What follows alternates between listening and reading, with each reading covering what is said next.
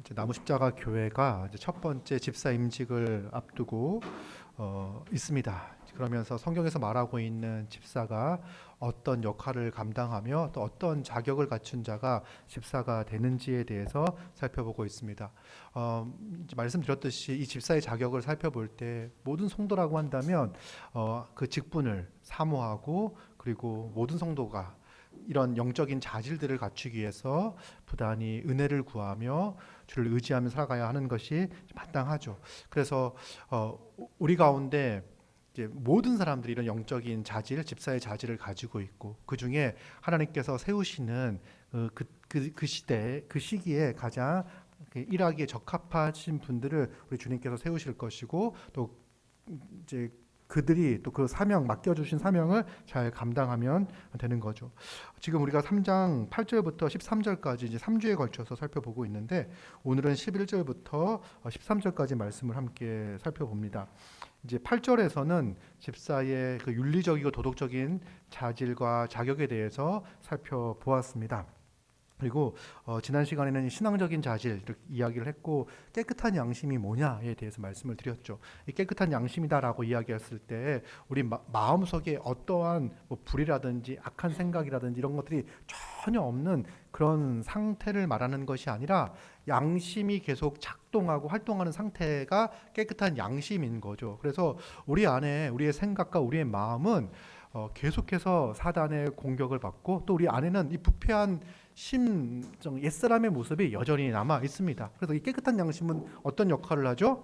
옛사람을 멀리하고 벗어버리고 새 사람을 입을 수 있도록 돕는 역할을 하는 게 깨끗한 양심입니다.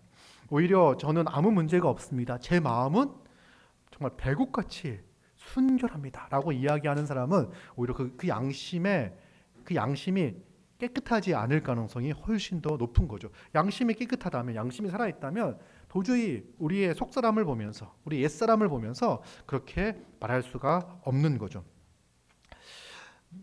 그리고 집사를 선출할 때는 이제 그 시험하여 보고, 그러니까 면밀히 잘 따져봐야 하는 거죠. 그러니까 생각하기 싫어서 뭐 이렇게 대충 한다든지 나랑 친한 사람을 선출한다든지 그렇게 하는 것이 아니라 정말 기도하는 가운데 한 명 한 명을 두고 생각하면서 정말 우리 주님께서 이 사람을 집사로 세우시기를 원하는가 그런 영적인 자질들을 가지고 있는지를 살펴보고 우리는 신중하게 성령의 인도하심을 따라서 임직 투표 선출에 참여해야 합니다. 그리고 이제 오늘 이제 11절, 12절, 13절에서는요. 여자들 해서 여자들에 대한 이야기가 나오고요. 12절에서는 가정을 잘 다스리는 거가 나오고 이제 13절에서는 그 집사 직분을 잘 감당했을 때의 결과에 대해서 이제 말씀을 하고 있습니다. 이제 크게는 이제 가장 중요하게 오늘 다룰 것은 12절입니다. 그래서 가정에서 어떤 모습을 보여야 하는가 집사가 될 사람들은 그런 어떤 모습을 가진 사람들, 가정에서 어떤 행동, 어떤 태도, 어떤 자세를 가진 사람들이 집사의 자질, 자격을 갖추고 있는가에 대해서 살펴보겠습니다. 먼저 11절을 보면요. 여자들도 이와 같이 정숙하고 모함하지 아니하며 절제하며 모든 일에 충성된 자라야 할지니라 라고 이야기하고 있죠. 그래서 이 여자들을 누구를 가리키는 건가에 대해서 견해가 두 가지의 견해가 있습니다. 첫 번째는 이거는 집사의 아내를 가리키는 거다라고 하는 견해가 있어요. 이 견해는 아마도 집사는 남자만이 이제 집사가 되는 거고 그리고 흐름을 보면은 좀 남자 집사에 대해서 이야기하고 있는 것 같지 않은가. 12절에도 집사들은 한 아내의 남편이 되고 그렇게 나오니까 그렇게 보면은 11절의 여자들은 집사의 아내를 가리키는 게 아닌가라고 해석하는 이 견해가 있습니다. 두 번째 견해는요, 그게 아니라 이 여자들도라고 이야기했을 때 여자 집사의 자격을 말하는 거다. 그래서 특별히 이 당시의 여성들의 지위, 사회적 지위가 없었기 때문에 당시의 여성들이 어떤 공적인 책임을 맡는다, 지위를 얻는다는 것은요, 극히 이례적이고 거의 없었던 일입니다. 그렇기 때문에 특별히 여자들도 이렇게 규정함을 통해서 여자들도 집사가 될 수 있는 자격이 있다라는 것을 기록하고 있다라고 보는 견해가 있어요. 그런데 첫 번째 견해로 봤을 때 집사의 아내로 보게 됐을 때 약간 이제 문제는 뭐냐면 감독의 아내에 대해서는 그 자격이 없잖아요. 그러니까 이제 목회자에 대해서는 그 전제를 남성에 대해서 이제 이야기를 하고 있어요. 그런데 이 집사에 대해서는 그렇다면 이게 집사의 아내를 이야기하고 있는 거라고 한다면 감독의 아내에 대해서도 얘기를 하고 있어야 되잖아요. 그러니까 감독의 아내는 이러이러해야 된다는 건 없는데 집사의 아내는 이러이러해야 한다고 하는 것은 뭔가 어색해요. 그래서 이 부분에서는 여성들의 집사 직분을 맡길 때 자격에 대해서 이야기하고 있는 거다라고 이제 해석을 할 수가 있습니다. 그렇게 볼 수가 있어요.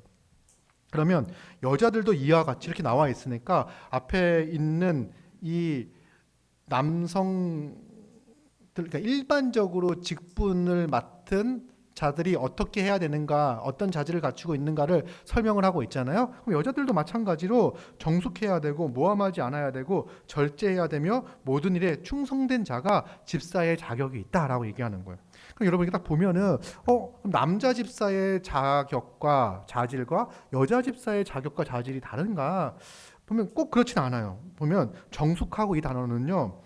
8절에 나와 있는 정중하고라는 단어 있잖아요. 이거 같은 단어를 쓰고 있습니다. 그래서 정중하고 이게 무슨 뜻이었죠? 존경받을 만하다. 어떤 사람이 존경받습니까? 성공한 사람, 돈 많은 사람, 열심히 사는 사람이 아니라 하나님의 말씀에 따라 살아가는 사람, 하나님을 사랑하며 이웃을 사랑하며 하나님의 뜻대로 모든 삶의 영역에서 하나님의 뜻대로 살고자 하는 사람이 존경받는 사람인 거죠. 그러니까 여성들도 정숙하고라고 이야기하는 거는요, 모든 삶의 영역에서 하나님의 뜻에 순종하며 살아가려고 하는 그런 자세와 태도를 가지고 있어서 교회에서도 가정에서도 그리고 사회에서도 존중받는, 존경받는 사람이어야 한다라고 설명하고 있는 거예요. 그래서 이 정중이라는 단어와 정숙이라는 단어는 같은 단어이고, 두 번째 모함하지 아니하고라고 나와 있습니다. 이 모함하지 아니하고는 좀 뭐와 상응되는 것 같습니까? 일구이연하지 않고와 상응되는 거죠. 일구이연하지 않는다고 했을 때 한 입으로 두 말 하지 않는다. 그리고 앞에서 하는 말과 뒤에서 하는 말이 같아야 달라서는 안 된다. 그리고 이 말을 통해서 이렇게 나쁜 말을 한다든지 험담을 한다든지 이렇게 해서는 안 된다. 이런 얘기들을 설명을 드렸어요. 덕을 세우는 말을 해야지 뭐 하면 안 된다는 얘기를 했어요. 근데 이 모함하지 않는다는 것은 뭐냐면, 모함이라는 건 뭐냐면 다른 사람을 가치를 깎아내리는 거, 헐뜯는 거, 이런 걸 이제 모함이라고 이야기를 하죠. 그래서 일구이연하지 않는 거, 이거 어떤 구체적인 모습이 또 모함하지 않는 거라고 이야기할 수가 있습니다. 그래서 말을 통해서 이제 다른 사람을 깎아내리고 다른 사람의 가치를 훼손하고 이렇게 해서는 안 되죠. 여러분, 교회는요, 우리가 모난 부분들이 있을 수 있잖아요. 근데 다른 사람을 깎아내리기 위해서 말하는 것들은요, 정말 경계하고 조심해야 됩니다. 그러니까 우리의 모난 부분들에 대해서, 부족한 부분들에 대해서 돕고 섬기기 위해서 사랑하는 마음으로 이야기할 수 있어요. 그런데 단지 그가 없을 때 그의 가치를 좀 이렇게 낮춤으로써, 깔아뭉개므로써 자기가 마치 우월한 것, 또 혹은 그렇게 다른 사람을 모함하고 이렇게 이야기할 때, 다른 사람을 모함하고 이렇게 이야기할 때 그게 동조하는 사람들 있잖아요. 동조하는 사람들을 얻으면 마치 내 편을 얻은 것처럼. 그래서 사람들은 다른 사람을 한 명을 희생양을 삼던가 그렇게 함으로써 자기의 편을 만드는 걸 되게 좋아합니다. 당파, 편 짓는 거, 이런 육체의 정욕의 모습이 바로 다 연결이 되어져 있죠. 그리고 또 이제 모함하지 않는 거 이야기할 때 뭐 교회 안에서 교회에 대해서, 또 교회에 대해서라고 이야기하고 교회 전반에 대해서 나쁘게 이야기하고 험담하고 하는 부분들에 대해서 그렇게 하지 않는 자가 당연히 집사가 되어야 하겠죠. 그리고 이제 세 번째, 절제하면. 이 절제하면은 뭐와 연결이 되어져 있는 것 같습니까? 술 취하지 않는 거. 술 취하지 않는 거, 절제하는 거. 절제하고 있는 이 단어에서 첫 번째 절제는 이 술에 대한 절제를 이야기하는 거예요. 그래서 이거 연결이 되어져 있어요. 절제. 술 취한다라고 이야기했을 때, 제가 설명했을 때 그 중독에 대해서 이야기했잖아요. 그러니까 뭔가 지나치게 과하게 빠져서 그것을 통해서 기쁨과 행복과 만족을 추구하는 것. 그럼 우리 중에는 이제 운동을 좋아하는 사람도 있고, 뭐 이렇게 여행을 좋아하는 사람도 있고, 뭐 책을 좋아하는 사람도 있고, 음악을 좋아하는 사람도 있고 하죠. 이런 것들을요 나쁘다고 이야기하지는 않습니다. 우리 삶을 이렇게 보다 풍성하게 만들어 가기 위해서는 필요한 것들이에요. 그런데 이게 지나치게 그것에 빠져서 그것이 우리 삶의 이렇게 모든 기쁨의 원천이 되는 양 행동한다면 그것 때문에 하나님을 예배하는 자로서의 삶이 방해되어지고 하나님의 뜻대로 살아가는 이 교회적 삶을 살아가는데 크게 해가 된다고 한다면 어떻게 해야 됩니까? 절제하고 멈춰설 수 있어야 되는데 멈춰설 수 있어야 되는 거죠. 그렇기 때문에 절제가 필요한 겁니다. 그래서 나는 얼마나 잘 절제하고 있는가. 사실 이렇게 좋은 것뿐만 아니라 제가 얘기했던 거 사실 운동에 중독되기 쉽지 않고요. 독서에 중독되기 쉽지 않습니다. 워크홀 이런 것도 쉽지 않아요. 그런데 사실 우리가 중독되는 거는요. 정말 이렇게 쉽게 우리의 그 도파민을 만들어내는 영상들이라든지 뭐 도박이라든지 뭐 이렇게 스포츠라든지 이런 것들에 이제 우리가 되게 취약한 존재들이에요. 그래서 어렸을 때부터 우리는 이렇게 절제하는 훈련들을 해야 하는 거죠. 그래서 절제하는 자, 이제 기분이 좋지 않다고 그냥 쉽게 그 기분을 풀기 위해서 접근하는 거 있잖아요. 그러니까 기분이 안 좋을 때, 우울할 때, 뭔가 다운이 되었을 때 나의 기분을 금방 빠르게 상승시킬 것들을 찾는 것들이 이미 중독의 상태입니다. 거기에 많이 빠져 있지 오랜 시간을 보내지 않는다고 하더라도 그래서 그런 것들을 이제 절제할 수 있어야 되는 거고 신자는 먼저 하나님을 예배하는 자로서 하나님을 어떻게 기쁘시게 하며 정말 우리의 그 기쁨의 원천이 주님께 있음을 알고 살아가야 하는 거죠. 그것을 위해서 우리가 절제할 수 있어야 합니다. 하나님을 예배하며 하나님을 찬양하며 하나님의 뜻에 순종하는 삶. 하나님이 우리에게 주신 이 귀한 생명이잖아요. 우리를 구원하시고 이제는 하나님의 백성과 하나님의 자녀로서 살게 하셨는데 새로운 생명을 얻은 존재잖아요. 새로운 피조물 되어졌잖아요. 새로운 인생이 우리에게 시작되었습니다. 이 인생을 낭비할 수가 없어요. 여러분, 우리가 그러니까 우리가 구원받지 못한 죄인이라고 한다면 굳이 열심히 살지 마세요. 그러면 이제 열심히 사는 게 그렇게 도움이 되는 인생은 아니에요. 그죠? 그 모든 것들이 더러운 이익을 탐하며 이기심과 탐심에 기반하여 행동하는 것들이잖아요. 근데 우리는 이제 새로운 존재가 된 우리는 지금부터 살아내는 삶이 하나님을 영화롭게 하는 삶이요. 하나님이 기뻐하시는 삶인 거예요. 그러니 우리가 이렇게 정말 불필요한 것들에 쓸모없는 것들에 헛된 것들에 우리 인생과 시간을 낭비하며 살아갈 수가 없는 거죠. 왜? 우리는 엄청 존귀하고 가치 있고 의미 있는 인생이 이미 시작되었기 때문에 그렇습니다. 여러분 이제 절제에 대해서 생각하시고 그리고 이제 네 번째로는 이제 모든 일에 충성해야 된다. 이게 이제 더러운 이익을 탐하는 것과 이제 연결을 시켜야 될 텐데 잘 연결이 되어 왔으니까 그러니까 더러운 이익을 탐한다라고 이야기할 때 여러분 더러운 이익을 탐할 때 어떤 이익을 추구할 때 그 사람은요 열심을 보일 수가 있어요. 그죠? 어떻게 보면 우리가 그가 열심히 살고 있는 모습만 보면요 하나님께 충성하는지 만몬 물질의 신에 충성하는지 구분이 안 될 수 있어요. 교회 안에서 열심히 하는데 이게 더러운 사적인 욕심과 탐욕과 탐심을 채우기 위해서 열심히 할 수 있다는 거예요. 그렇기 때문에 8절에서는 더러운 이익을 탐하지 아니하는 자, 11절에서는 어떤 사람? 모든 일에 충성된 자. 이 충성된다는 것은 무엇에 대한 충성이겠습니까? 그러면 하나님에 대한 우리 주 예수 그리스도에 대한 충성인 것이죠. 우리는 무엇을 위해서 열심을 내고 있는지 자기의 동기에 대해서 계속해서 점검하고 확인해야 됩니다. 우리의 사적인 유익과 이익과 욕심과 탐심과 정욕을 위해서 내가 열심히 하고 있는지 아니면 우리 주 예수 그리스도의 그 사랑에 감사하여 감격하여 모든 일 가운데 충성하고 있는지를 살펴보아야 하는 거죠. 이제 보면 모든 일에 충성되어야 한다라고 이야기하니까 이제 잘못 오해하면 모든 일에 능숙 모든 일을 능숙하게 처리할 수 있는 사람이 집사가 되어야 하는가? 그건 아니겠죠. 우리 중에 모든 일을 능숙하게 처리할 수 있는 사람이 누가 있겠습니까? 그것보다는 교회 전반에 관심을 가지고 교회에서 일어나는 전반적인 일들에 관심을 가지고 자신이 할 수 있는 일에 대해서는 혹은 자신에게 맡겨진 일에 대해서 자신이 해야 되는 일에 대해서 그 성실하게 임하는 자일 거예요. 이 충성한다라는 단어의 뜻은요, 신실한 사람, 신실하다라는 의미예요. 그래서 믿을 수 있고 신뢰할 수 있는 사람이다. 충성된 자라는 뜻은요, 믿을 수 있고 신뢰할 수 있는 사람이라는 뜻입니다. 그래서 이제 집사는 어떤 일을 맡겨도요, 신뢰할 수 있고 믿을 수 있는 사람이어야 하는 거죠.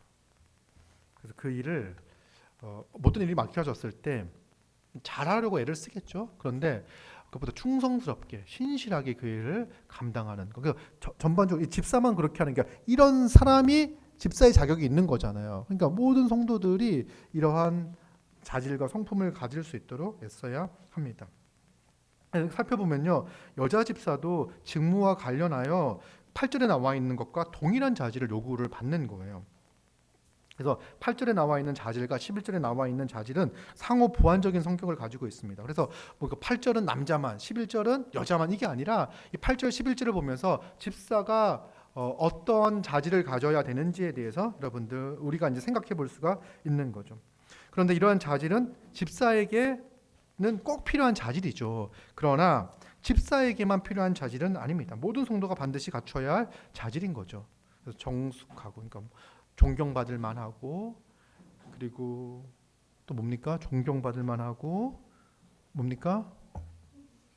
뭐죠? 존경받을 만하고, 네?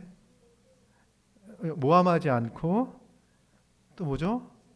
절제하고, 또 모든 일에 충성스러운 사람. 이거는요, 우리 모두가 모든 성도들이 이렇게 살아가야 하는 거예요.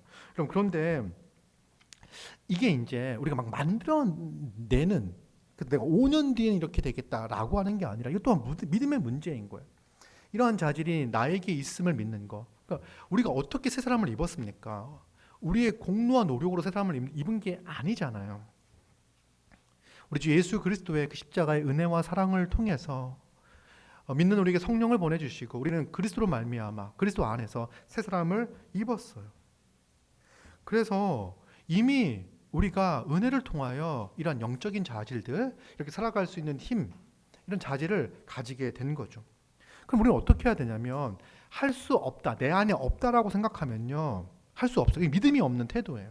이미 그리스도를 통해서, 그리스도가 성령을 통해서 우리에게 모든 것을 주셨음을 믿고 살아가는 거죠. 그러면 그리스도 앞에 자신을 내어놓는 거예요. 말씀 앞에 비춰보는 거예요. 그럼 내게 부족한 자질들, 부족한 모습들, 태도들이 보일 거 아닙니까? 점검을 해보면 이 부족한 것이 있다면 주님 앞에 은혜를 구하는 거죠. 성령이여, 나에게 도와주시옵소서.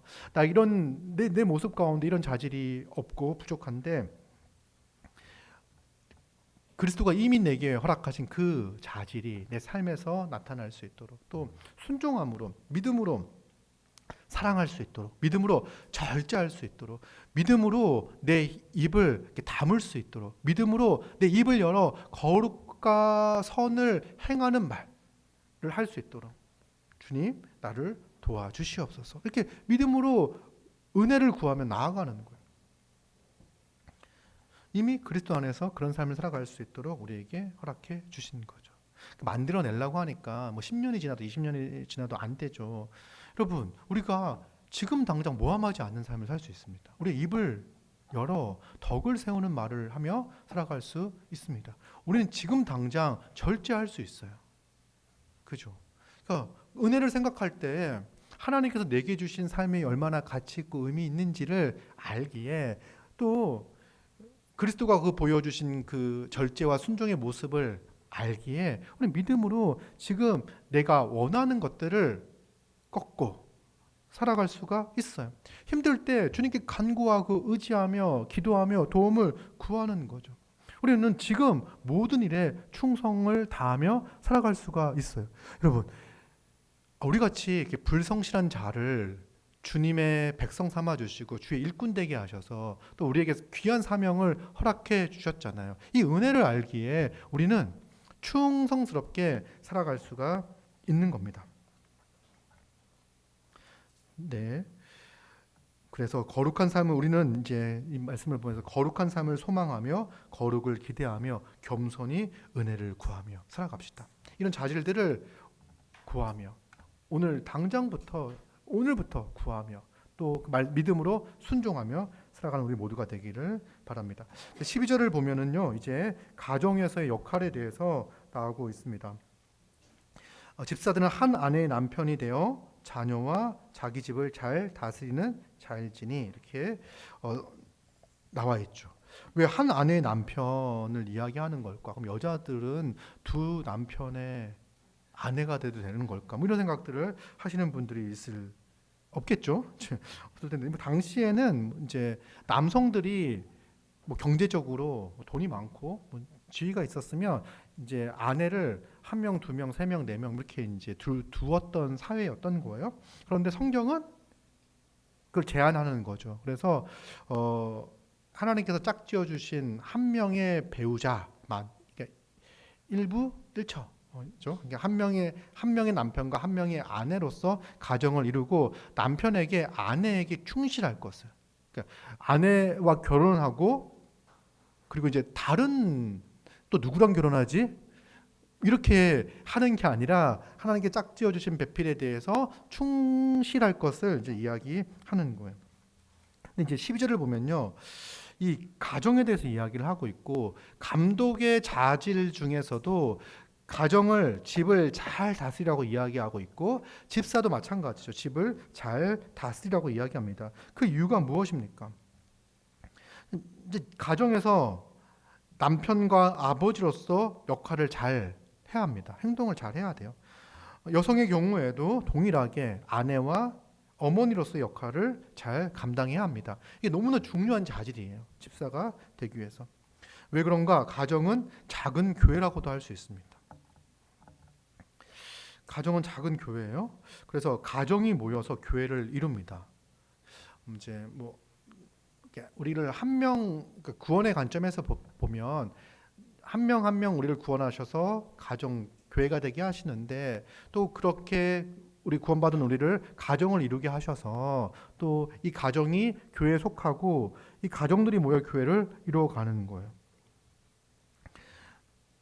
그리고 이제 가정이 모여 교회를 이루고 또 가정이 되게 중요한 게 뭐냐면 여러분 교회는 여러분들 일주일에 한 번 정도 뭐 주중에 한두 번 정도 사람들을 만나는데 가정은 매일 집에 들어가잖아요. 매일 집에 들어가서 매일 생활을 하는 곳이 바로 가정이에요. 그러니까 일주일을 가정에서 보내는 거죠.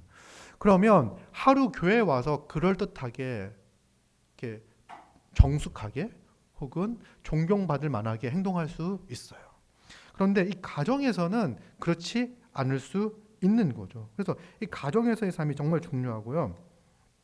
가정은 작은 교회로서 가정에서 예배와 양육과 성교의 삶이 이루어집니다. 이게 중요한 거예요. 여러분 이제 가정을 이루신 분들이 있고 가정을 이루려고 준비하고 있는 분들이 있을 거예요. 그럴 때 이제 우리가 생각해야 될 건 이 가정에서 예배와 양육과 선교의 삶이 이루어지는 거예요.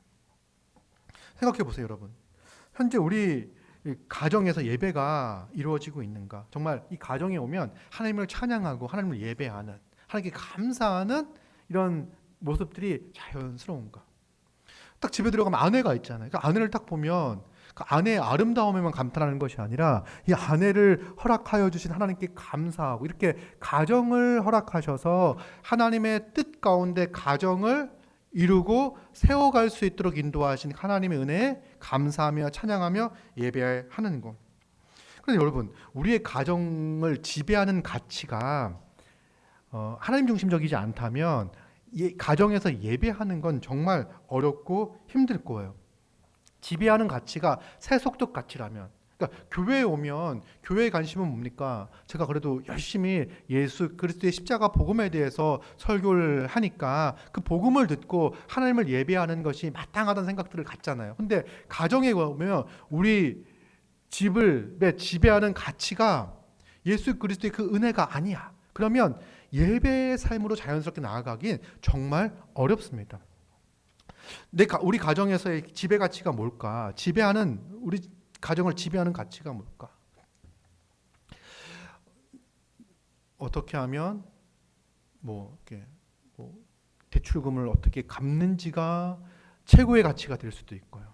어떻게 하면 집을 늘려갈 것인가, 또 어떻게 하면 자녀가 공부를 잘할 것인가, 어떻게 하면 더 성공할 이런 것이, 그러니까 세속적 가치가 가정을 지배하고 있다고 한다면요, 그 가정은 예배하는 공동체라기보다는 그냥 세속적 가정의 모습을 그대로 답습하고 있을 거예요. 그래서 이제 점검을 해보는 거예요. 우리 가정의 지배적 가치가 뭔가? 그 지배적인 가치가 예배와 어떻게 연결되고 있는가?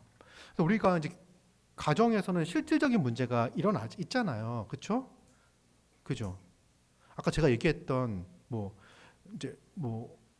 아이들이 늘어나고 하면 집도 이제 커져야 될 거고, 차도 바꿔야 될 거고, 전세금 대출이라든지 무슨 대출이라든지 이런 거 있으면 빚도 갚아야 될 거고, 그리고 애도 공부도 시켜야 될 거고, 이런 게 아예 없을 수가 없잖아요, 가정에서. 근데 이런 지배적 가치가 하나님을 예배하는 삶과 어떻게 연결되어지고 있는지를 생각해 봐야 돼요. 그죠?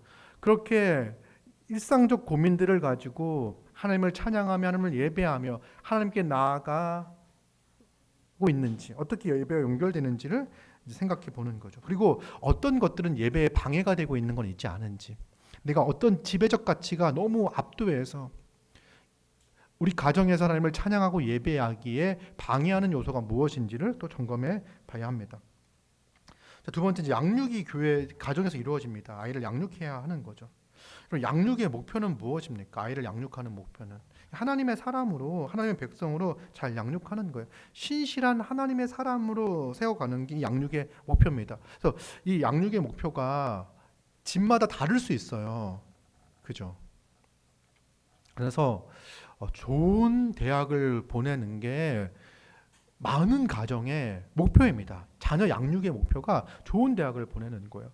그럼 여러분 뭐 해야 됩니까? 이제 유치원부터 시작해야 돼요. 여러분 만약에 좋은 대학을 보내고 싶다면 여러분들 지금부터 잘 준비하셔야 돼요. 일단 결혼부터 잘 하셔야 돼요.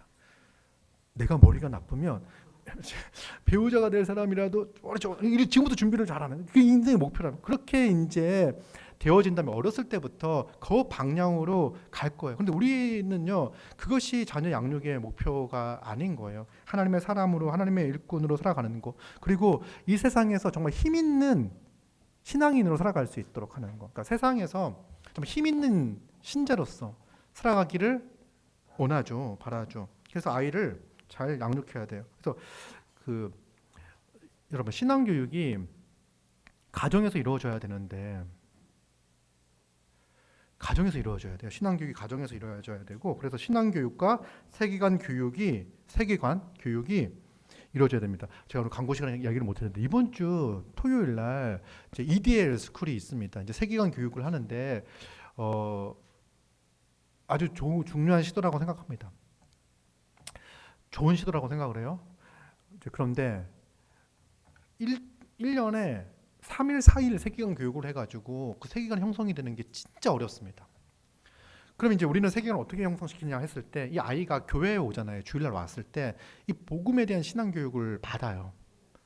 그리고 이제 특별히 이디엘 스쿨을 통해서 가치관 교육을 받아요. 세계관 교육, 신앙 교육과 복음에 대한 신앙 교육과 세계관 교육을 받아요. 그래도 그 시간은요 많지 않아요.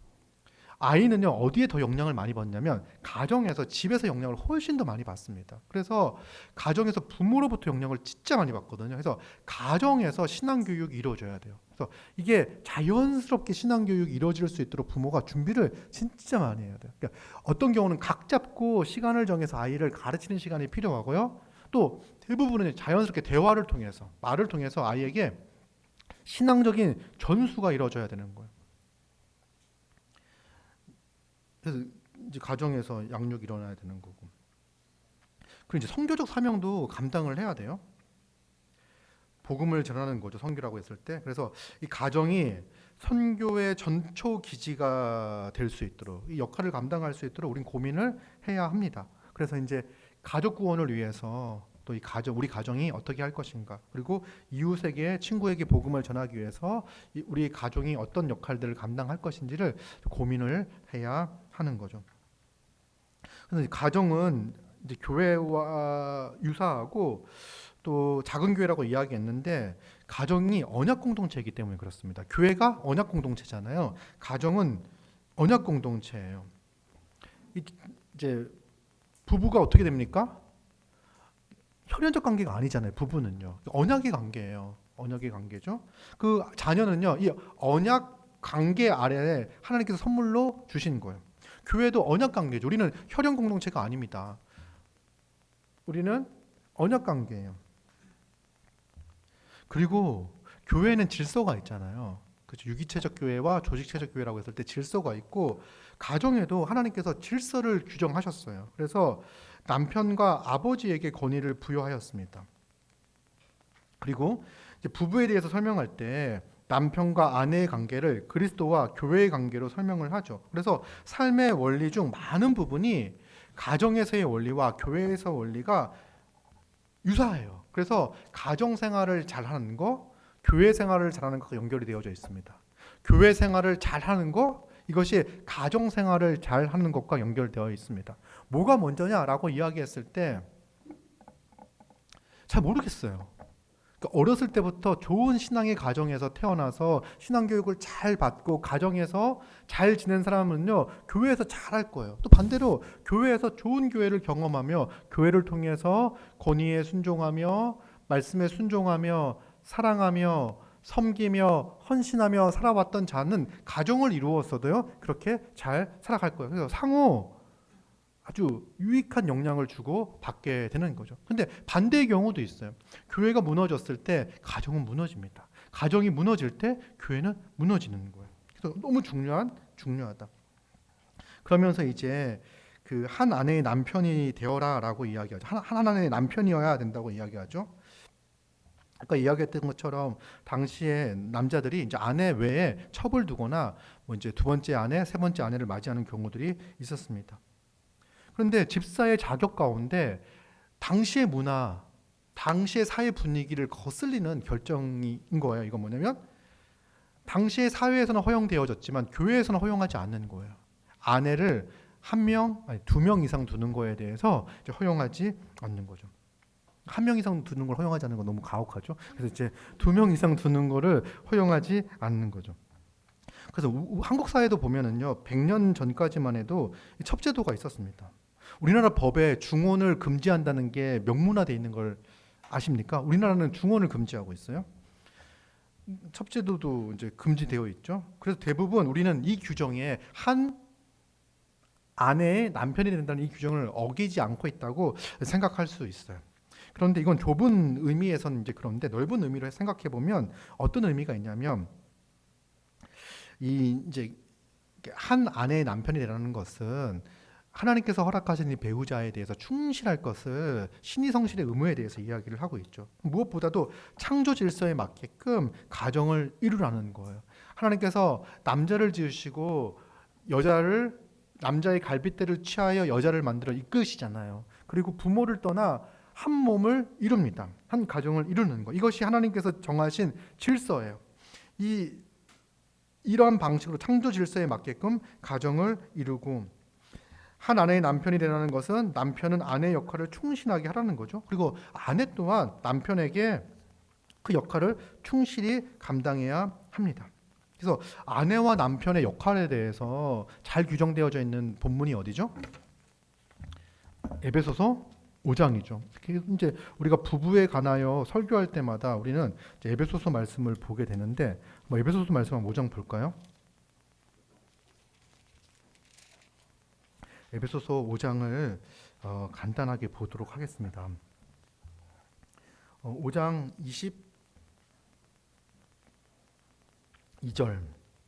22절부터가 이제 그 내용이 나와 있어요. 이걸 보면은요, 이게 요약하면 이거잖아요. 아내에겐 남편에게 순종하라고 이야기하고, 남편에겐 이제 아내를 사랑하라고 이야기를 해요. 그러니까 아내를 사랑할 때 그리스도가 교회를 사랑한 것처럼, 자기 몸을 내어 교회를 사랑한 것처럼 남편을 아내를 사랑하라고 이야기를 하고요. 아내에게는 교회가 그리스도에게 순종하듯이 아내는 남편에게 순종하라고 이야기를 하는 거예요. 그런데 사실 부부관계가 아내는 남편에게 순종하면 되고 남편이 아내를 사랑하면 끝나느냐, 그렇진 않잖아요. 그렇게 단순하진 않잖아요. 아니, 사랑을 남편만 하겠습니까? 아내 또한 남편을 사랑해야 되는 거고, 남편이 헌신과 희생을 다하여 섬김을 다하여 아내를 온전케 하기 위하여 힘쓰는 게 마땅하지만, 또 하나님은 아내를, 하와를 이끌어 아담에게 이끌어 주실 때에는 돕는 배필로 주셨잖아요. 그러면 아내는 사랑으로 남편을 도와야 되는 거예요. 그러니까 서로 헌신하고 서로 희생하고 서로 사랑하고 서로 섬겨야 되는 게 맞아요. 그렇죠? 그러면 이제 아내에게는 순종을 요구하고 남편에게 사랑을 요구하는데, 이게 원리적으로 보면은요, 거의 이제 같은 데서 출발합니다. 뭐냐면 순종하기 위해서 혹은 사랑한다는 건 뭐냐면 상대방을 아주 가치 있고 존귀한 존재로 여긴다는 거예요. 여러분, 놀랍지 않습니까? 여러분, 사랑한다는 거는요, 상대방을 존귀하게 대해주는 거예요. 여러분, 존귀하게 대해준다는 것은 어떤 거냐면, 여러분, 우리 신앙인이잖아요. 그 신분에 맞게끔 대해주는 거예요. 우리는 특별히 못한 사람을 괜찮게 대하는 것이 아니라 우리는 괜찮은 사람을 괜찮다고 이야기하는 거예요. 다시 말하면 존귀한 자를 존귀하다고 말하는 방식이에요. 왜 그러냐면,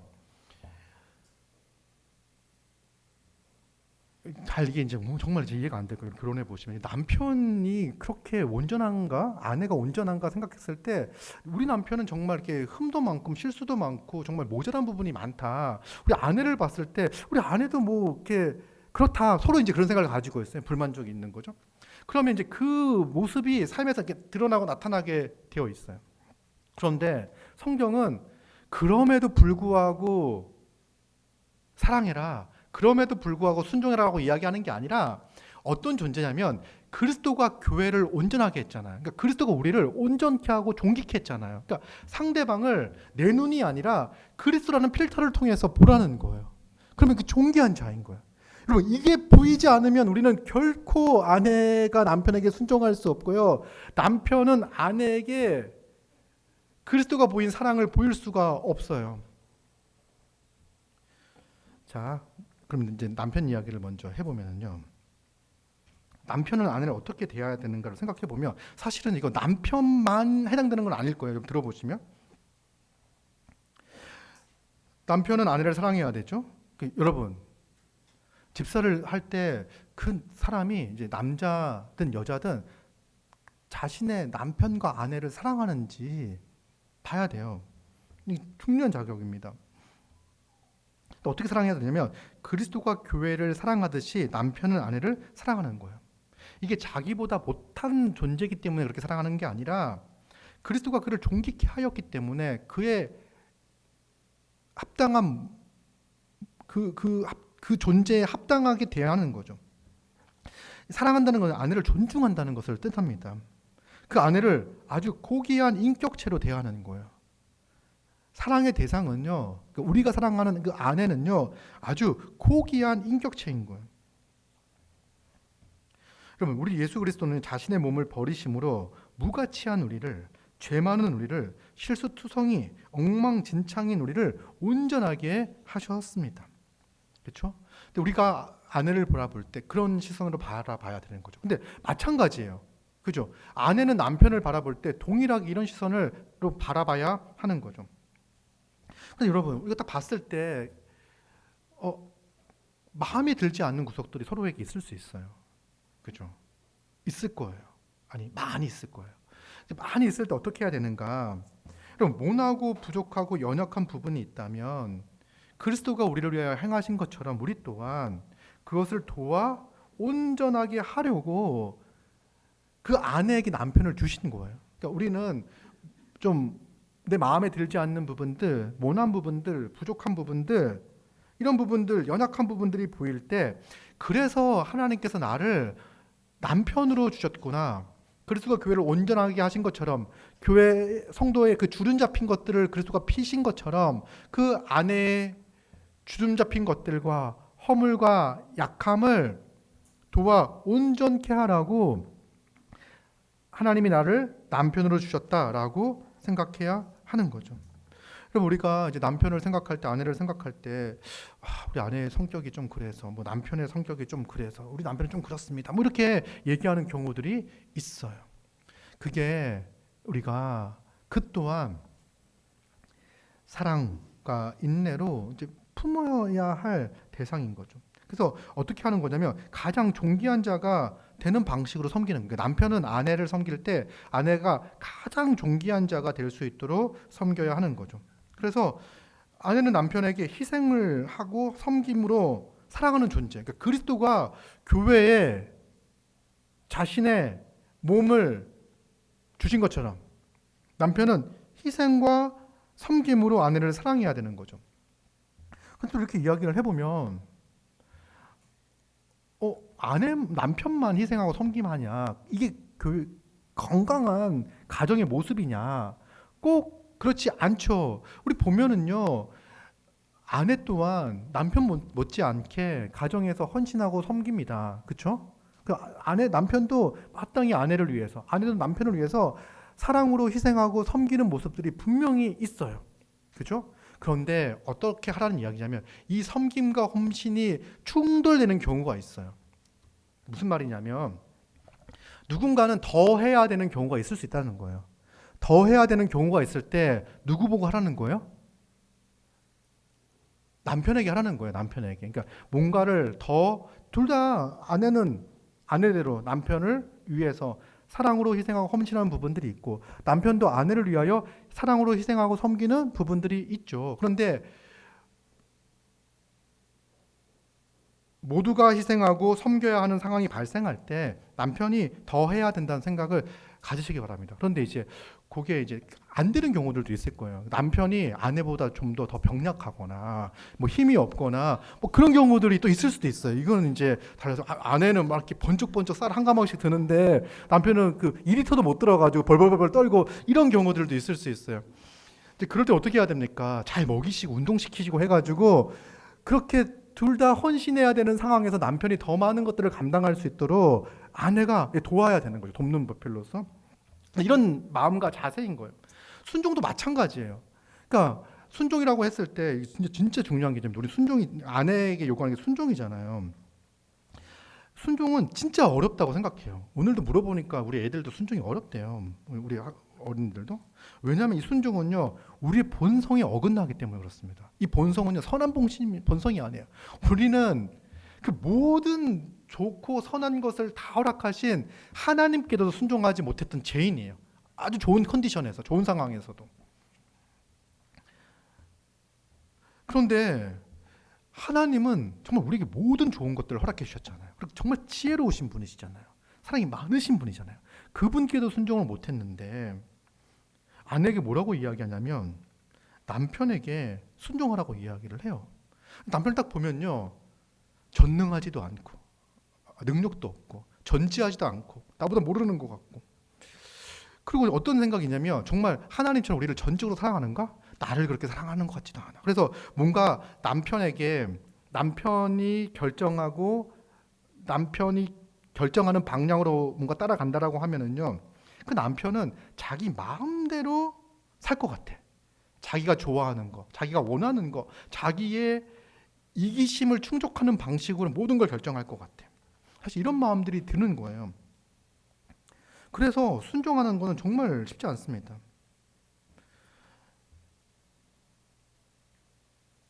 그리고 어떤 경우는요, 이제 쉽지 않아요. 그리고 아까 얘기했듯이 그래서 남편에 대해서 이 남편이 어떤 존재인가에 대한 생각들을 좀 잘 갖는 게 필요합니다. 그리고 이제 남편에게 순종하라고 이야기할 때 남편에 대한 태도, 존중하는 태도를 가져야 되는 거죠.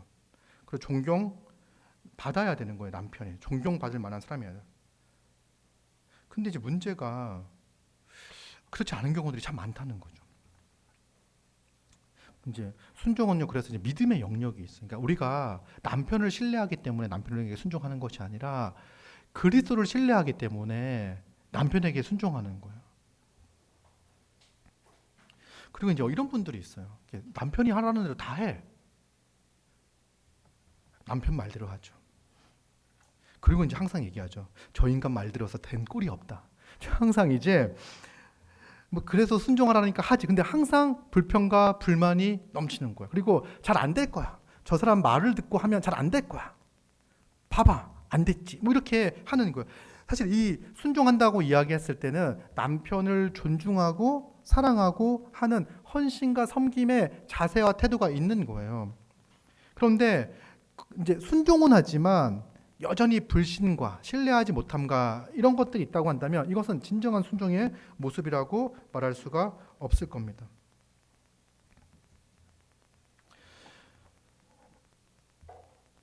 그런데 이제 순종이라고 할 때 이제 순종을 요구하는 게 뭐냐면 아까도 얘기했듯이 남편과 아내가 충돌할 때가 있잖아요. 그러니까 더 헌신하고 더 섬겨야 될 때가 있을 때 남편에게 더 해야 된다. 그러니까 둘 다 힘든 일이 있어. 나도 힘들고 너도 힘들어. 그러면 뭐라고 얘기하냐면 마땅히 남편이 하는 게 맞다라고 이야기를 하는 거예요.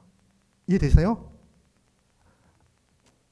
새벽 2시 수유 둘 다 힘들어. 그럼 어떻게 해야 되냐면 잘 결정하시기 바랍니다. 뭔지 알겠죠 이제 뭐가? 근데 아내가 내가 할 수 있어 하면 할 수 뭐 출근하고 뭐가 있으면 근데 그 동일하게 뭔가 힘든 일이 있을 때는 누가 해야 되느냐, 누가 더 헌신하고 섬겨야 되냐고 한다면 하는 거예요. 또 다시 돌아가죠. 근데 병약한 남편이 있을 수도 있다. 그럴 경우에는 이제 여러분들이 정말 이렇게 좋은 거 잘 먹여서 아이한테만 좋은 거 주지 말고 그래서 남편을 좀 이렇게 건강하게 잘 만들어서 2시에도 벌떡벌떡 일어나서 이렇게 뭐 이렇게 잘 출근할 수 있는 남편으로 만드시기 바랍니다. 어쨌든 이제 그렇게 가야 되는 거 마찬가지로 어떤 의견이 충돌될 때가 있어요. 그렇죠? 의견이 충돌될 때는 그거 이제 끝까지 싸우라는 게 아니에요. 그럴 때 질서를 주셨는데 그때 남편에게 그 결정권을 주라는 거예요. 그 남편은요 정말 어떻게 결정을 해야 되냐면 자기가 좋을 대로 자기가 원하는 대로가 아니라 정말 가정과 아내를 위하고 생각하는 마음으로 결정하는 거예요. 근데 그 선택이 여러분들 그 선택이 최고의 선택이 아닐 수 있어요. 그런데 남편이 한 최선의 선택일 수 있어요. 그 남편이 한 최선의 선택이 여러분들이 그렇게 선택하면 안 되는 그런 결정을 하면 안 되는데 라고 하는 그 생각보다 미치지 못할 때가 있어요. 어떡하겠습니까? 그래도 누굴 신뢰한다? 우리 주님을 신뢰하면서 따라가는 거예요. 저희 집 같은 경우에는 이제 뭔가 결정을 하는 부분에 있어서는 우리 아내가 저에게 많은 부분을 결정권을 넘겨줍니다. 그래서 아이들이 엄마 이거 뭐 해도 돼? 뭐 가도 돼? 뭐 해도 돼? 이렇게 물어보면요 다 저에게 토스합니다. 아빠가 오면 얘기해보자 이렇게 얘기하는 거예요. 그러면은 그 결정권이 중요한 결정, 사소한 것부터죠.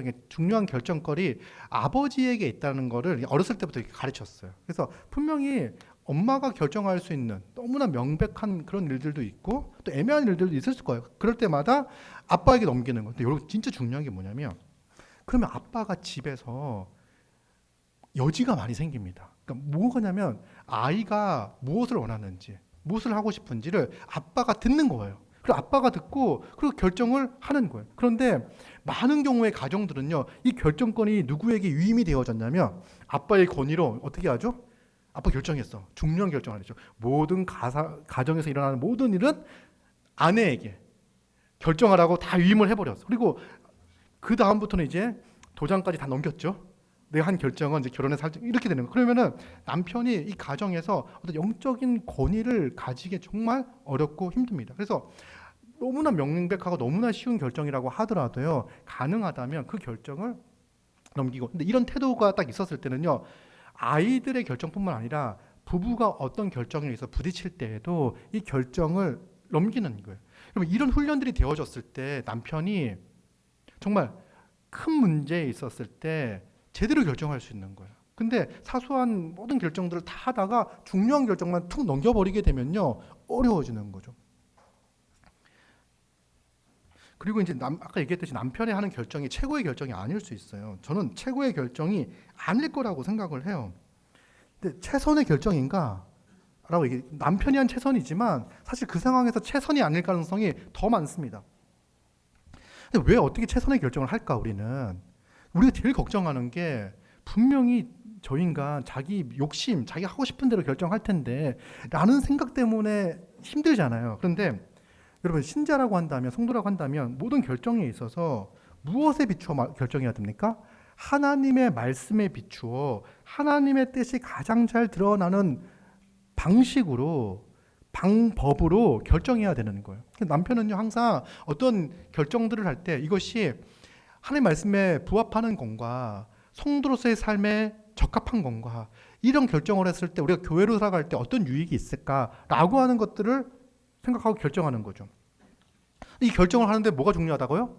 하나님의 말씀에 비추어 결정하는 게 중요하다고 이야기를 했죠.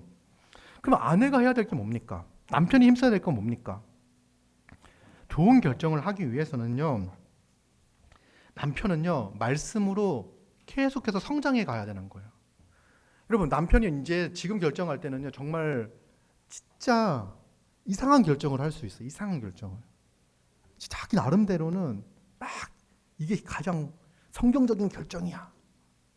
근데 읽어본 성경은 창세기 1장 1절밖에 없어. 그리고 이제 그거 가지고 결정을 했어.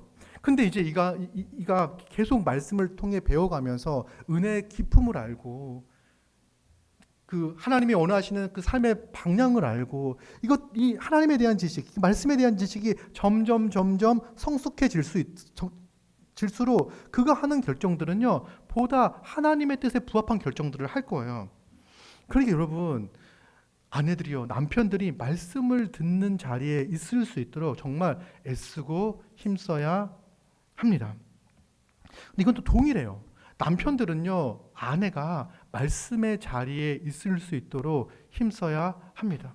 여러분, 아내 눈에 남편만 보인다. 이거 정말 힘든 일입니다. 아내 눈에 그리스도가 보여야 돼요. 그래야지 은혜로 남편을 바라볼 수 있다니까요. 그래야 그리스도를 신뢰하여 남편을 사랑하며 존중하며 남편의 결정을 믿음으로 따라 순종하며 살 수 있는 거예요. 그래서 할 수만 있다면 남편들은 아내가 하나님의 말씀을 듣고 말씀 안에 성장할 수 있는 자리에 있을 수 있도록 애쓰고 도와야 하는 거예요. 그럼 그거 하지 않으면요, 교회에서의 삶도 무너지고 가정에서의 삶도 무너질 거예요. 우리는 여기에 이제 정말 애쓰고 힘써야 합니다. 자, 그리고 이제 마지막으로 자녀와 자기 집을 잘 다스리라고 이야기를 하고 있죠.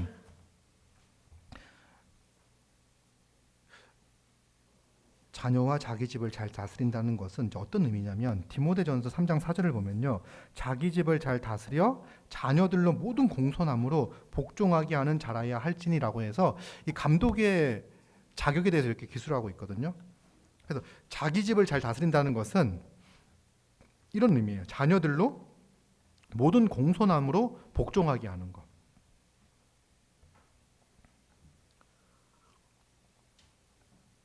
여러분의 자녀는 순종하십니까? 저도 약간 이제 좀 우리 미세아도 있긴 하지만 이제 좀 뭔가가 저도 정말 이렇게 아이에게 부모에게 순종하는 거. 여러분, 이제 언제까지 부모에게 순종하는 거냐면, 이렇게 어렸을 때부터 해서 이제 결혼을 하게 되면은요, 부모를 떠나 한 몸을 이루잖아요. 그러면 그 가정의 헤드십이 바뀌는 거예요. 그렇죠? 그러니까 그 가정의 헤드십이 부모에게 있는 거고 또 아버지에게 있는 거예요. 그렇기 때문에 그 하나님께서 주신 건의에 순종하는 게 진짜 중요한 겁니다. 하나님께서 허락하신 건의에 순종한다는 거는요, 곧 하나님께 순종하는 거예요. 그러면 이제 부모는 어떻게 해야 되냐면, 정말 순종하는 자녀를 양육하는 게 그 어떤 것보다도 중요하죠. 그런데 이제 본을 보니까요, 모든 공손함으로 복종하게 하라라고 이야기를 하고 있습니다. 여러분, 이 공손함으로 이 표현이 어디에 걸리느냐? 이제 해석이 두 가지예요. 뭐냐면, 부모가 아이를 순종하게 할 때 모든 공손함으로 해야 된다. 두 번째 견해는 아이가 부모에게 순종할 때 모든 공손함으로 해야 된다. 이렇게 이제 두 견해가 있어요. 근데 큰 차이는 없는 것 같아요. 왜냐하면 부모가 아이에게 복종케 할 때, 순종할 때 모든 공손함으로 해야 되는 거예요. 또 아이가 순종할 때도 모든 공손함으로 부모에게 순종해야 되는 거죠. 그럼 공손함은 뭐냐? 온전한 기품을 가지고라는 뜻을 가지고 있습니다. 모든 공손함이라고 이야기했을 때 온전한 기품을 가지고 있다. 그러니까 부모가 만약에 아이가 순종하는 자녀로 양육하기 위해서는요, 단호한 권위가 필요한 거예요. 단호한 권위. 그런데 이거는 그냥 정말 이게 순종이라는 것을 우리가 정말 인류의 역사를 통해서 볼 때 너무 오해가 너무 많아요. 그래서 힘으로 눌러가지고 그 사람의 의지를 완전히 없애버려가지고 기계적으로 따라오게 하는 거를 갖다가 폭력이라든지 그 협박이라든지 뭐 그런 억압적 방식을 통해서 누군가를 따라가는 거를 이렇게 순종이라고 생각하는데 그게 아니에요. 이거는요, 모든 공손함으로 순종케 하는 게 아니에요. 그리고 그렇게 따라갈 때는요, 마음으로부터 그 권위에 대한 인정하는 마음이 있는 게 아니잖아요. 어쩔 수 없이 맹목적으로 가는 거잖아요. 이거는요, 공손함으로 순종하는 자세가 아니에요. 그래서 이제 순종 이렇게 얘기할 때 기본적으로 자녀가 부모의 말씀에 순종할 수 있도록 양육하고 키우는 거는 너무 중요합니다. 순종하게를 만드는데 단지 아빠, 엄마 말을 잘 듣게 하는 방식들 몇 가지가 있어요. 뭐냐면 하나는 폭력적인 방식이 있어요. 체벌이 안 되냐? 체벌이 있을 수 있어요. 이제 어린 아이들 같은 경우 체벌을 할 수 있어요. 그런데 체벌로 끝나서는 안 돼. 그러니까 체벌만으로 끝나서는 안 돼. 그러니까 아이가 어렸을 때부터 무조건 이렇게 맞아서 말을 듣게 만드는 거 있잖아요. 매에서만 끝났어. 그러니까 매만 들면 해. 근데 이 아이가 왜 해야 되는지, 왜 이게 잘못됐는지 몰라. 매만 보면 움직여. 이거는요, 정상적으로 아이를 순종하는 자녀로 만든 게 아니니까 훈육적 목적을 통해서 이 행동을 했을 때 결과가 얼마나 이렇게 따끔한지를 알게 하기 위하여 매를 들 수는 있지만 이 과정을 설명해내는 게 진짜 중요한 거예요. 체벌은 여러 가지가 있어요. 매를 드는 것도 있고, 뭐 생각의 의자 뭐 이런 거 있잖아요. 좀 앉아보셨나요? 생각의 의자? 저는 생각의 의자를 앉아본 적은 없는데 성인들의 생각의 의자가 있다고 합니다. 치과 의자. 딱 여기에 앉으면 이제 내가 왜 그랬을까? 뭐 이런 생각들을 들고 반성이 이 좀 잘 닦을까? 뭐 이런 이제 반성의 시기, 그때 올 걸. 뭐 이런 생각들을 이제 하죠. 그러니까 우리 아이들도 이제 생각의 의자에 앉는 거, 뭐 이런 것들 방식들이 있는데 생각의 의자에 앉힌다고 해가지고 이것도 어떤 강제적 어떤 이제 체벌의 방식이잖아요. 단지 이런 방식으로 아이를 순종으로 이끌어 갈 수 있다고 생각해서는 안 되죠. 그래서 순종한다는 것이 맹목적으로 자신의 의지 없이 의사가 없는 사람으로 키우라는 이야기가 아니에요. 분명히 생각이 어떠한지 자기 의지가 있어. 그리고 자기의 소원도 있어. 그럼에도 불구하고 어머니나 아버지가 이러해서 그거는 문제가 있고 그러면 안 돼. 그러면 이제 얘기할 수 있겠죠. 그런데 저는 이렇게 생각합니다. 그래, 너의 생각은 이러하구나. 그럼에도 불구하고 이 경우는 그렇게 하지 않았으면 좋겠어. 딱 이야기를 하면 예, 알겠습니다 라고 하는 게 순종인 거예요. 그죠? 그래서 공부하지 않는 애를 막 매를 들면 공부하게 만들 수는 있어요. 그러나 매가 쉬워요. 소리를 지르는 건 쉬워요. 그런데 말로 설명하는 방식은요, 훈육하는 방식은요, 말로 설명을 하고 말한다는 건 이렇게 혼내는 거죠. 어떤 경우는 말로 혼내는 거죠. 어떤 경우는 귀에서 피가 나는 경우도 있죠. 그러니까 이제 말로 혼내는 건데 이때 막 이렇게 강압적인 방식이 아니라 잘못을 지적하고 생각들을 교정하고 그리고 이렇게 대화하는 가운데에서 이제 하는 과정들이 필요한 거예요. 또 하나는 뭐가 있냐면 부모가 어렸을 때부터 아이를 잘못하면 우리도 좀 조심해야 되는데 이제 그 요즘 말하는 그 가스라이팅과 같은 방식으로 아이의 생각과 의지를 다 없애버릴 수가 있어요. 그래서 정말 그 부모에게 순종하는 아이와 부모에게 절대적 의존적 아이가 되는 거는 다른 거예요. 그럼 우리가 우리의 아이의 인생을 책임질 수가 없습니다. 우리의 인생을 책임지실 분은 오직 우리 주 예수 그리스도예요. 우리는 그 아이를 누구에게까지 인도하는 거냐면 그리스도에게까지 인도하는 거예요. 그리고 그가 하나님 말씀 앞에서 정직하고 성실하게 하나님의 백성으로 자녀로 살아갈 수 있도록 돕는 거예요. 우리 아이가 그냥 내 말 한마디에 왔다 갔다 하는 그것을 가지고선 이렇게 희열을 느끼는 게 아니에요. 그래서 이제 뭐가 필요하냐면 대화가 필요하겠죠. 많은 대화가 필요합니다.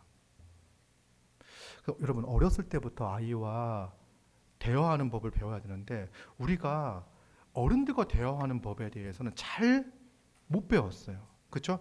그냥 일방적으로 혼나거나 이제 또래 집단과 대화를 하지 부모 세대와 대화하는 법들에 대해서는 잘하는 부분들도 있지만 또 안 되는 부분들도 있어요. 이제 어떻게 대화하는 게 좋은 건가라고 했을 때 아무 말이라는 게 아니라 우리가 이제 아이들을 양육할 때 말씀으로 양육하는 거잖아요. 그래서 어렸을 때부터 신앙 교육을 통해서 아이와 대화하는 법들을 해야 돼요. 저도 이제 우리 아이들과 가정 예배를 드려야 되겠다는 생각을 진짜 많이 하거든요. 그리고 이제 몇 번 시도하고 또 안 되다. 가정 예배를 드리자.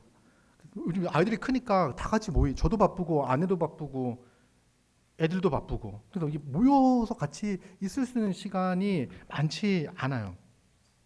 근데 이제 여러분 습관적으로 모일 수 있으면 가정 예배를 드리시기 바랍니다. 근데 가정 예배를 드린다는 거는요 오랜 시간 할 필요가 없어요.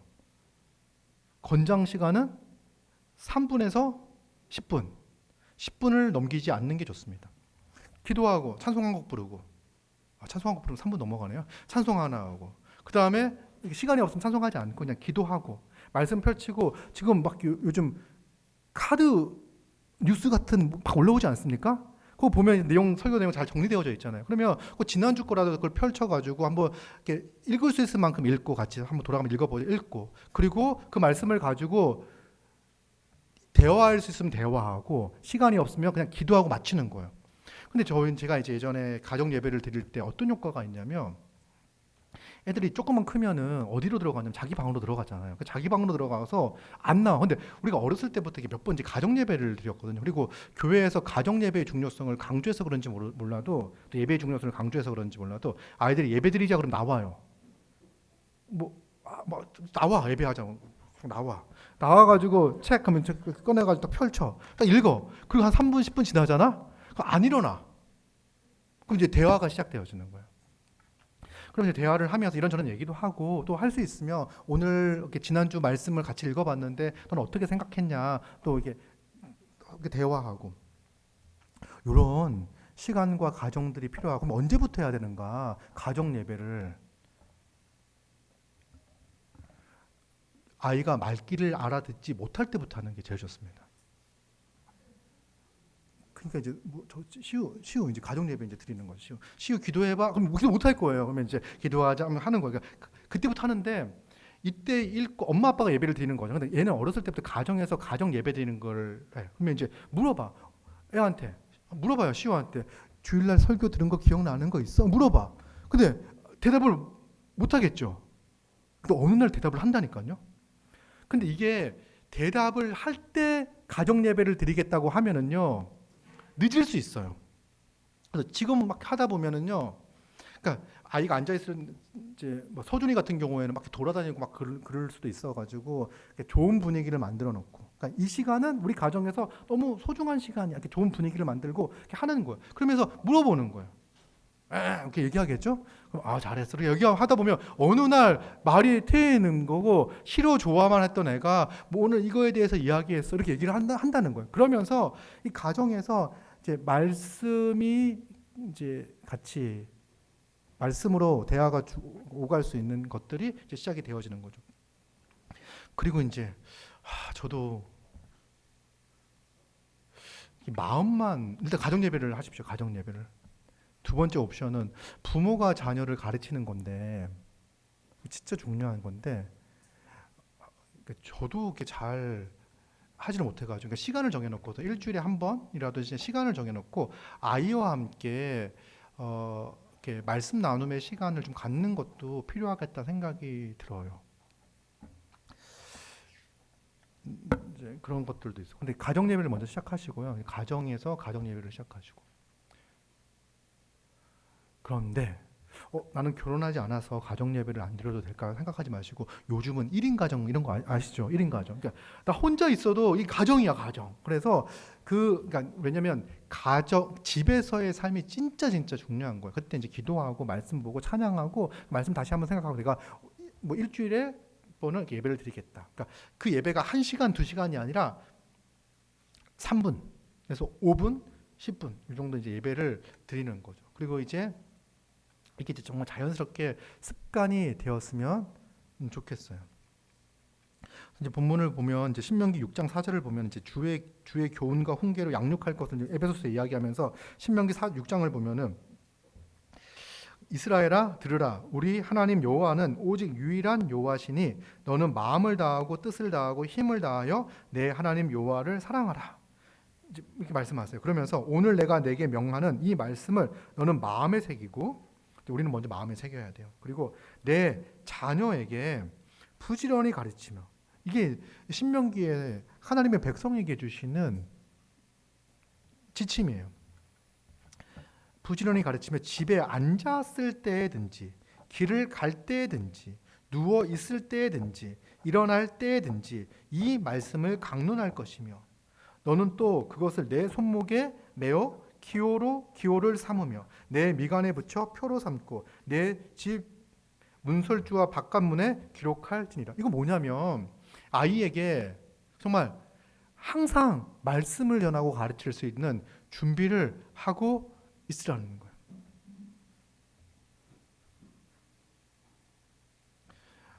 그리고 저는 그 설교 준비하면 딱 든 생각이 뭐였냐면 저는 이제 어렸을 때 우리나 세아가 어렸을 때 이제 이런 기회가 있을 때마다 그러니까 자연스럽게 길을 가든 무슨 질문을 던지고 하면은 이 복음적인 관점으로 막 설명을 하려고 애를 많이 썼어요. 근데 요즘 이제 우리미한테 그런 우리미가 이제 신앙생활을 잘한다고 생각을 해서 그런지 요즘은 이렇게 딱 기회만 있을 때마다 제가 뭘 얘기하냐면 공부해야지 이제 공부해야지 이렇게 얘기를 하는데 우리가 이제 기회가 있을 때마다 이 아이가 하나님의 말씀을 상기할 수 있도록 이 복음을 들을 수 있도록 하는 거. 그러니까 편하게 자연스럽게 아이들에게 잘 말씀을 전하고 가르칠 수 있도록 해야 합니다. 그래서 뭐 손목에도 메고 기호로 삼고 손목에 우리가 이제 뭐 워치만 잊지 말고 시계만 차지 말고 이게 뭐냐면 이제 우리가 뭐 주렁주렁 달고 다니는 얘기가 아니라 항상 그 하나님의 말씀이 눈에 띌 수 있도록 하는 거죠. 그래서 그 말씀을 우리 스스로를 노출해야 되는 거고 또 아이에게도 어렸을 때부터 말씀을 계속 잘 들을 수 있는 환경과 분위기를 만드는 게 필요합니다. 이게 이제 가정에서의 지고 신방할 때 이제 목회 신방을 할 때 가정을 방문하잖아요. 그럼 이제 묻는 게 있어요. 뭘 물어보냐면 부모에게 아이에게 물어봐요. 아이에게 이제 가정에 신방을 하면요 부모와 아이가 다 같이 딱 신방을 받는 거예요. 그때 아이에게 가정 예배를 드리니 이렇게 물어보는 거죠. 가정 예배를 드리니 이렇게 물어보는 거예요. 그때 아이가 예 저희는 가정 예배를 드립니다 이렇게 이야기하는 거죠. 그러면 가정 예배를 드릴 때 어떤 뭐가 좋니? 이렇게 얘기를 하고 하는 거예요. 그래서 항상 확인했던 게 예전에는 이제 가정에서 가정 예배를 드리는지를 확인하고 점검을 했습니다. 그래서 우리도 이 가정 예배를 잘 드릴 수 있도록 이렇게 힘쓰면 좋을 것 같아요. 이게 어떻게 보면 이 가정이 예배가 살고 또 예배와 양육과 성교의 이 사명을 감당하는 곳이 되기 위해서 이제 가장 먼저 해야 될 게 가정 예배를 통해서 또 이 가정 예배를 통해서 아버지에게 주어진 실질적인 권위인 이 영적인 권위를 사용하고 그래서 가정이 말씀 위에 좀 든든히 서갈 수 있게 되는 거죠. 이렇게 이제 집사 같은 경우에는 직분을 잘 감당하면 얻게 될 결과까지 언급하고 있습니다. 그러니까 감독, 목사는 뭐 이 직분을 잘 감당하면 이럴 거야라고 하는 게 없는데 집사는 기록하고 있어요. 아름다운 지혜를 얻고 그리스도 안에서 믿음의 큰 담력을 얻는다고 말씀하고 있습니다. 이 아름다운 지라고 하는 것은 이 지위라는 단어가 승급, 진급 이런 의미를 가지고 있는데 이제 아름다운 지 이렇게 얘기할 때 이 집사의 직분을 통해서 이 직분을 잘 감당함을 통해서 우리 신앙과 믿음에 이 진보가 있을 것임을 이제 약속하고 있는 거죠. 우리가 이 직분을 맡고 성실하게 이 직분을 감당했을 때 우리는 정말 하나님 보시기에 또 교회가 보기에 아름다운 지위를 얻게 될 것입니다. 그리고 그리스도 안에서 믿음의 큰 담력을 얻는다고 이야기를 하죠. 이 담력이라는 단어는요, 확고한, 자신 있는, 담대한이라는 뜻을 가지고 있는 단어입니다. 파르레시안이라는 단어인데, 이제 신자가 그러니까 우리가 믿음대로 행하잖아요. 그렇죠? 신자는 믿음대로 행하는데 집사의 직분을 잘 감당한 사람은요, 믿음대로 행할 때 그 이전보다 훨씬 더 큰 용기와 담대함과 확고함을 가지고 믿음대로 살아갈 수 있게 된다는 거죠. 이게 우리에게 주어지는 이렇게 놀라운 아주 감사한 결과, 보상, 열매라고 할 수 있습니다. 이 집사의 직분을 잘 감당한 사람들에게. 여러분, 이제 집사 임직이 이제 얼마 남지 않았는데, 투표가 얼마 남지 않았는데, 정말 저는 사실 이렇게 기대가 됩니다. 예전에 정혜원이 첫 세워졌을 때보다 더 기대가 됩니다. 그때는 좀 잘 될까? 뭐 이런 우려도 좀 있었는데 지금은 그러니까 함께 집사가 세워지면 집사님들과 함께 교회를 정말 하나님께서 기뻐하시고 하나님이 원하시는 교회로 세워가기 위하여 더 힘써 나아갈 수 있겠구나. 우리 성도들도 또 이 집사를 도와 또 그 지도를 받아 더 힘있게 주님께서 우리에게 맡겨주신 사명들을 감당하겠구나라는 생각이 들어 큰 기대가 됩니다. 우리도 그런 기대를 가지고 자기를 돌아보고 점검하며 살펴보며 또 은혜를 구하고 하나님의 교회를 섬길 수 있는 기회를 우리가 가질 수 있도록 자기를 돌아보고 또 뭐 집사가 되기 위해서가 아니라 성도로서 마땅히 다른 지체를 잘 섬기기 위해서 더욱더 애쓰고 힘쓸 수 있는 우리 모두가 되었으면 좋겠습니다. 그리고 그날 때까지 정말 기도하며 힘쓰며 은혜를 구하며 살아가는 우리 모두가 되기를 소망합니다.